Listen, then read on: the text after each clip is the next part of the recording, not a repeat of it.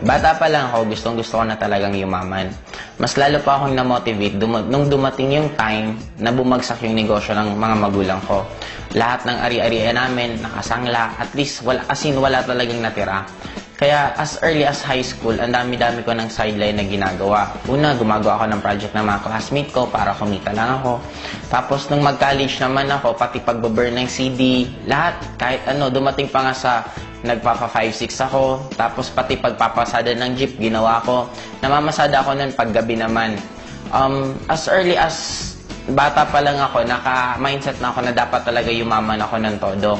Kaya lahat ng pwede akong kumita, ginagrab ko as long as nakaya ng sarili kong gawin. Hindi ko siya pinag-iisipan, ginagrab ko lang ng ginagrab. Hanggang dumating sa akin tong AIM. Nung pagdating sa akin ng AIM Global, yun, hindi ko na siya pinag-isipan kasi sabi ko, magkano lang naman yung capital. Sabi ko, kung walang mangyari, di okay lang. Kung may mangyari, di mas maganda. Kaya lang dumating nga sa point na lumalaki na yung grupo ko, binagsakan naman kami ng bagyong Milenyo. Tapos di sabi ko, sige, okay lang, pagsubok lang to. Nakapalaki uli namin yung grupo namin, kaya lang riming naman yung bumagsak. Kaya parang sabi namin, parang ayaw talaga tayong pakitain. Kasi nga, ang kalaban natin, kalamidad na, hindi na ibang tao or ibang company. Kaya lang, isa lang yung pumasok sa isip namin. Sabi namin, kung malalagpasan namin to, what more yung iba pang mga problema, mas madali na yun. Kasi ito na yung pinaka-worst. That was 2006 yung nagkaroon ng riming. Noong 2007, dun ko na halos ginibap din lahat. Birthday na birthday ko, nasa Lucena ako, nagpipresent ako. Basta ang dami kong ginawa na minsan hindi ko pa ginawa sa tanang buhay ko. Pero 2007, yun din yung time na nagkaroon ako ng first car ko. Yun din time na first time ko makapunta ng Hong Kong. Hanggang tuloy-tuloy na 2008, yun, 2009, makabila ako ng second car. Ngayon, kumikita na ako ng 7 figures a month.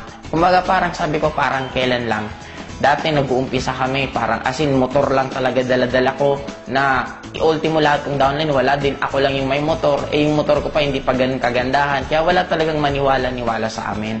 Pero ngayon, sobrang amazed na ako kasi lalo na dito sa lugar namin, kung mag-i-invite kami ng tao, diretsuhan na talaga. Pag tinanong kami kung anong ginagawa namin, sinasabi namin networking. Tapos, ang good thing ngayon, meron na kaming sariling identity. And by next year din, bibili na ako ng sariling building na doon na namin ilalagay mismo yung opisina ng AIM Global. Kung mga first time in the history of networking dito sa lugar namin, ang dami namin kumitang tao na nagkaroon ng sasakyan and bibili din ako ng resort para susunod doon na kayo magkakandak ng training. At yung mga grupo ko from other na place, pwede silang pumunta dito para maipasyal ko rin. Ang point ko kasi, iba pala talaga pag kumikita ka ng pera. Darating sa point na halos hindi mo na sa'yo importante yung pera. Ang pinaka-importante na lang sa'yo is yung convenient ng buhay mo. Ngayon, imaginein mo guys, by next year, ang isa pa sa plano ko, bibili kami ng yate. Kasi meron ng parking dito sa amin. Sabi ko nga, talagang lakas ng attraction ko. Kasi inuna muna yung parking ko bago yung yate kong bibilhin. I'm proud to be alive sa walang ibang numero 1 networking company. AIM Global Power. Grabe! And third din po is bibiling ko this coming December is Hummer. Sobra po akong talagang naa-amaze kasi sobrang laki po. Ang halaga po niya sa around 6.8 million. Isang sasakyan lang po.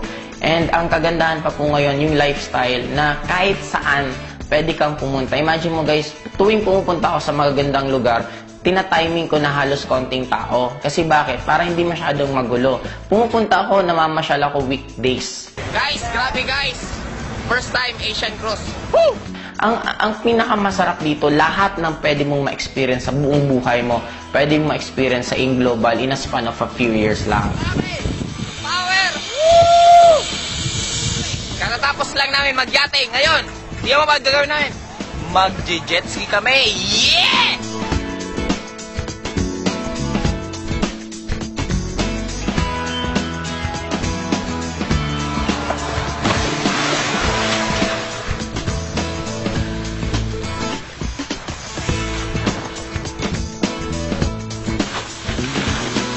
Kumbaga, yun yung nabigay sa amin na buhay because sa desisyon namin na gawin yung AIM Global at trabahuhin. Next year, US kami. Sobrang excited ako kasi Talagang first time ko makakapunta sa US na ni minsan hindi man lang pumasok sa isip ko na makakarating pala ako. Pero dahil sa InGlobal, binigay nila lahat sa amin yan. Kung meron pa sa inyong nag-iisip, actually dapat huwag nyo na siyang pag-isipan.